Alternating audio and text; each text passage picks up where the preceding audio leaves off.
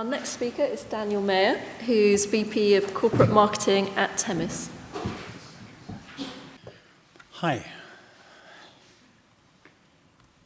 So I'm going to try and get this flowing not too fast for everyone. So I'm going to try and speak to you about some of the things that we think are new in the market today, things that we see as being requested by our customers and as key aspects to further the mainstreamization of semantic enrichment in the information industry. But I'll start with the basics in case there's still someone here wondering what semantic enrichment is about.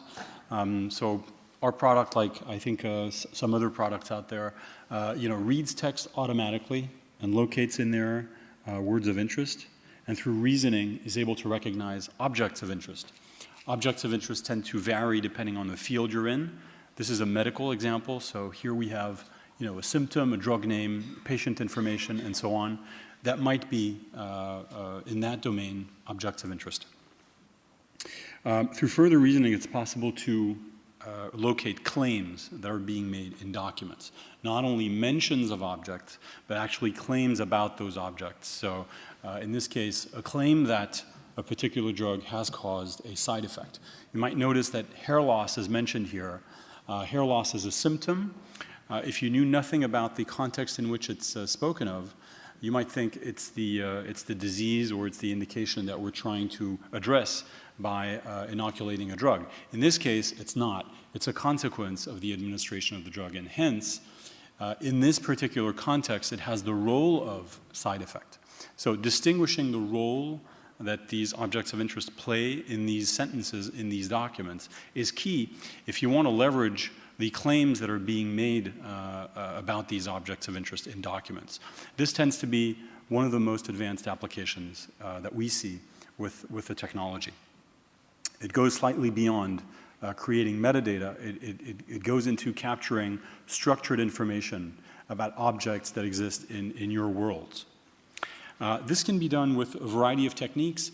One of the techniques that's been spoken of repeatedly today is thesauri, taxonomies, ontologies, but a big part of the background is also creating patterns that recognize the way things are named in text, patterns that tend to focus on the shape of words, the shape of sentences, the location of words in these sentences, and so on and so forth. That's what we call morphosyntactic reasoning. And also machine learning and statistics play a key role here for depending on the application that you have. In terms of value proposition for people involved in monetizing content, we see typically three applications within our customer base. The first one is fairly classical, I would say. It's creating a compelling experience for the audience. So it's taking the existing products, journal articles, books or book chapters, as well as other published content, and adding features into there, whether they be facets, links, recommendations to structured information about these documents, recommendations to further content, personalization, analytics, things like that. So compelling experience leads to obviously a quicker access to more relevant content and information for your audience, and therefore has a tendency to drive content consumption or usage. So that's obviously a wonderful outcome, I'm sure, for most of you out there. A second aspect of these projects is creating new types of products. Not creating new products, but new types of products. Types of products that were maybe not possible or not easy to build if you don't have the granular metadata that this technology provides. So we've seen examples mentioned previously. Topical collections are a typical application. Knowledge bases. In other words, it's a kind of new word for databases of information about the objects that exist in your world. That's a growing area of application. Inserting information into customer workflows rather than requiring them to come to your portal. That's a growing application, and there are many others. So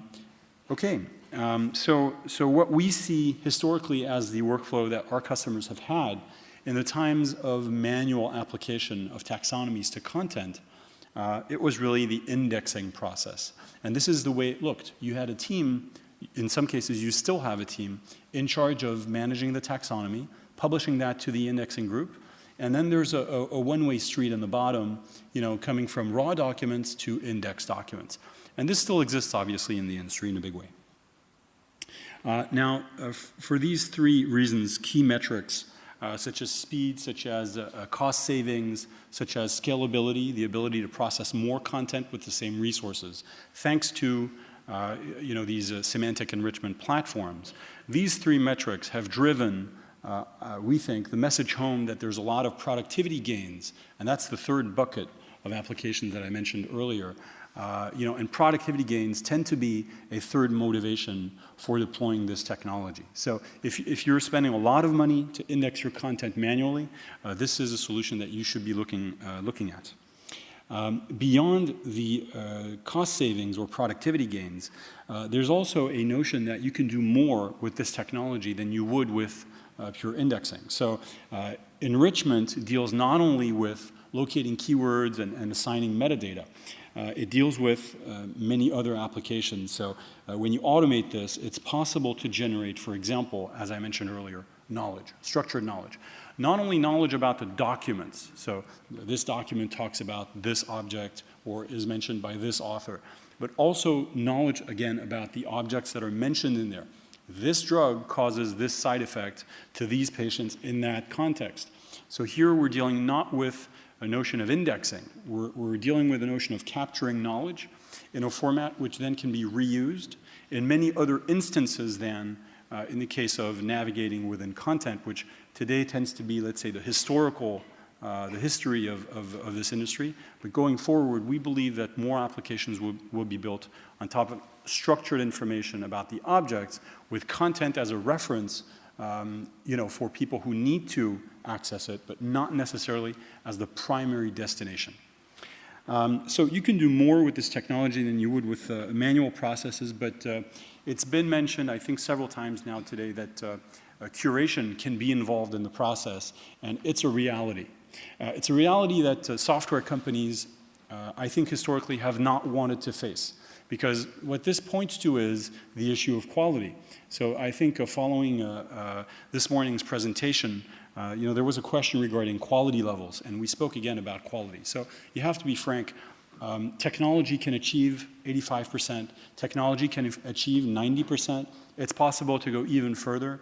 But more you go towards the 100% range, the more diminishing returns appear.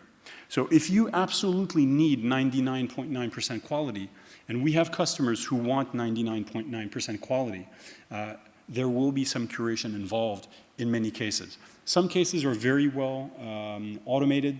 I referred to an example earlier that we're able to almost entirely automate for anonymization, for example, or legal citation or bibliographic citation extraction. But for many other more fuzzy cases, you're going to need humans towards the end of the chain. For years, we had situations where customers would tell us, okay, but then this quality level for my journal with my brand name up there, or my risk factor involved with my business, I can't accept 5% errors. So the debate goes on. Is 5% acceptable? Is 10% acceptable? It depends on the product, it depends on the customer, it depends on the application. But the fact is that some of our customers want to curate. So what we decided is that instead of denying this, we thought, it's better to integrate this into the platform. And the reason why is that this provides feedback capabilities throughout the process. So now we've tooled actually both taxonomy management and curation in the platform to get these wonderful feedback effects from one stage of the process to another and to create a more connected workflow for you that's much more productive. Let me show you examples of this. So this is a screenshot of our Web Studio application, which is the taxonomy management environment. It's fairly a standard environment where you can manage your assets there. And here's another screenshot where you'll notice two things. One is the candidate suggestion area. Our platform processes your content, identifies entities, identifies terms that seem reasonable for integration in your taxonomy. Your operators can then manually choose which ones are relevant and insert them in the taxonomy. Another area is the preview area. You get to see in real time how your taxonomy or ontology applies to your content. Okay, so you can see right away if it's relevant or not, what errors are there, and so on. So quality improvement can be done almost in real time. So in summary of benefits of this integration, we think it's on one hand making thesaurus or ontology management more efficient, streamlining the work of the operators there, making indexing more efficient, because we benefit from human feedback in the platform and we're able to improve algorithms live. And lastly, we think it's a great bridge towards ontologies, not only describing documents, but objects of the real world, their attributes, and their relationships. Thank you very much.